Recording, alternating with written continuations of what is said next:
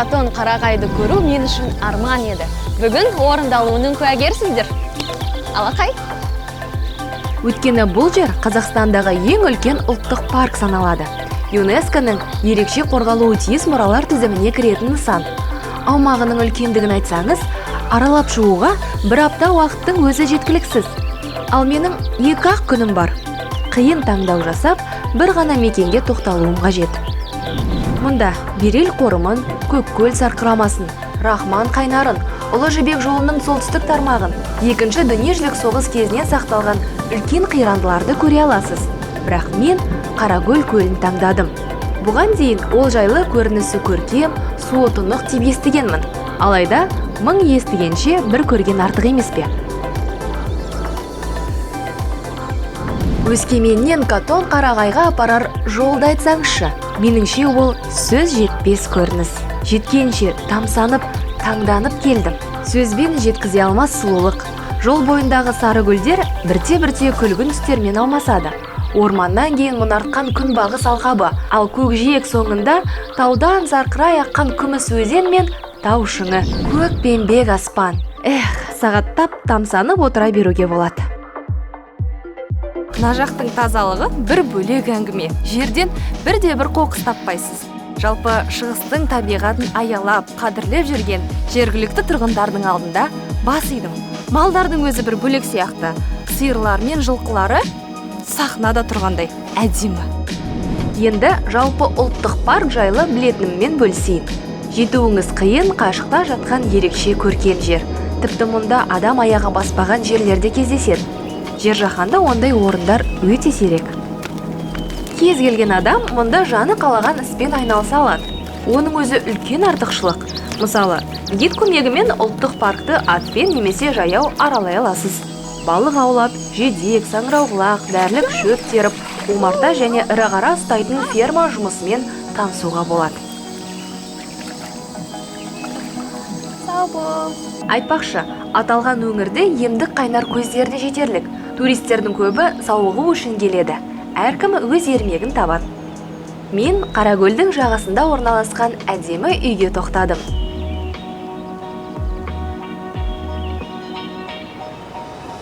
Алтай мен Сібірдің ең биік тауы Мұзтау.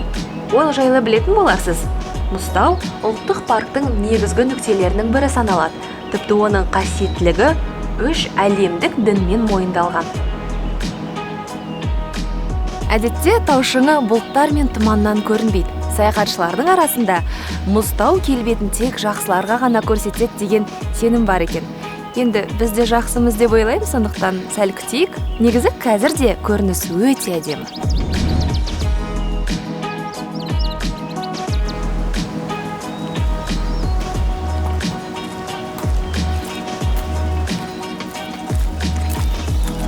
Ағаштардың өзі неге тұрады? Ұлттық парктың 1/3 бөлігін орман алқабы алып жатыр. Оны аралап жүріп, алуан түрлі ағаш көресің. Балғарағай, самырсын, қайың ағаштары мемлекет қорғауында.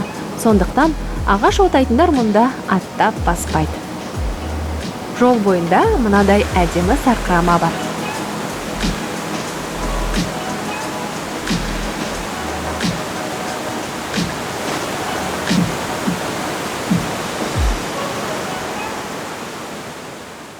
Ең жақын орналасқан ауылдан Қаракөл көліне дейін 28 шақырым. Жолдың кедір-бұдыры көп енді. Ал өзенді бойлап жүрсеңіз, ондай қиындыққа тап болмайсыз. Бірақ өзенге жақындаған сайын тастақ жол күтіп тұрады. 4 көліктерінің шамасы ғана жететін сияқты.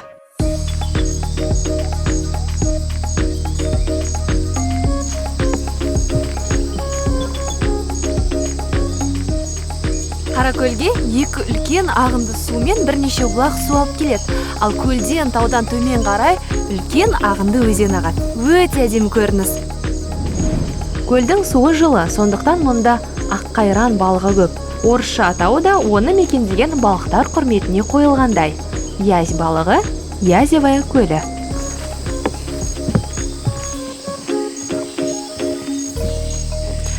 Ғажап көріністен ләззат алу процесіне кедергі болғаным үшін кешірім сұраймын. бірақ бөліспесем болмайды. Бақыттан жарылайын деп тұрмын. Осы жерді көргенім, ауасын жұтқаным, сезінгенім менің үлкен арманымның орындалғаны. Әрбір секунд мен үшін бағасыз құндылық. Мен сені жақсы көремін, Қазақстан. 2 күнім бір сәтте өтіп кеткен секілді. Ал менде Исландияға барып келгенде әсер қалды. Мұның барлығы бұлттардың төмен түсіп, әр таңда жауатын жаңбырынан болар. Мұнда міндетті түрде сапарлап келіп, мұзтауға саяхат жасау керек. Күндердің бір күні оған да батылым жетер. Ал қазір Себі көлдеріне бару жоспарын жасаймын. Ол жерде шатқалдың арасында тұрған 5 көл бар. Оның суы мен балығы еш қайдан ағып келмейді. Арнасы қалай толатыны да белгісіз. Енді сол жұмбақты анықтап көрмекпін. Міне, бүгінге айтарымыз осы. Егер шығарылым ұнаса, міндетті түрде лайк басып, арнамызға жазылуды ұмытпаңыздар. Ал мен Қазақстанның табиғатымен таныстыруды жалғастырамын. Сау болыңыз.